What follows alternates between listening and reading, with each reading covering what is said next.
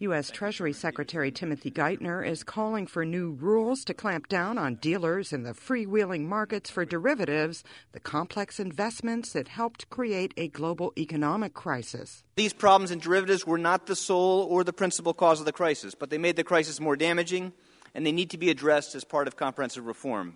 Geithner set out proposals that would make big dealers like J.P. Morgan Chase and Goldman Sachs subject to much stronger supervision than in the past. Geithner said the existing system allowed some financial institutions to sell large amounts of derivatives, which are intended to offset or manage risk, even when they did not have the capital to back those commitments.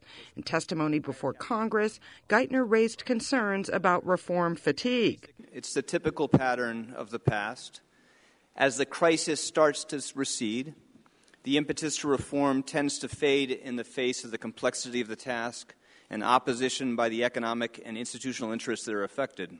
The Treasury Secretary also warned about the cost of inaction. We failed to get this balance right in the past, and if we do not achieve sufficient reform, we will leave ourselves weaker as a nation, weaker as an economy, and more vulnerable to future crises.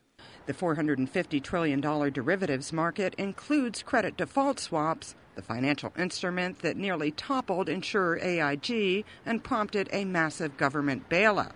The proposed reforms include tougher oversight by the Securities and Exchange Commission. The administration would also require that all standardized derivative contracts are cleared through regulated central counterparties and subject over-the-counter derivatives to substantial regulation, including conservative capital requirements. The proposals on derivatives are just one piece of a larger overhaul, which will face months of political wrangling before anything is put into law. Deborah Luderbeck, Reuters.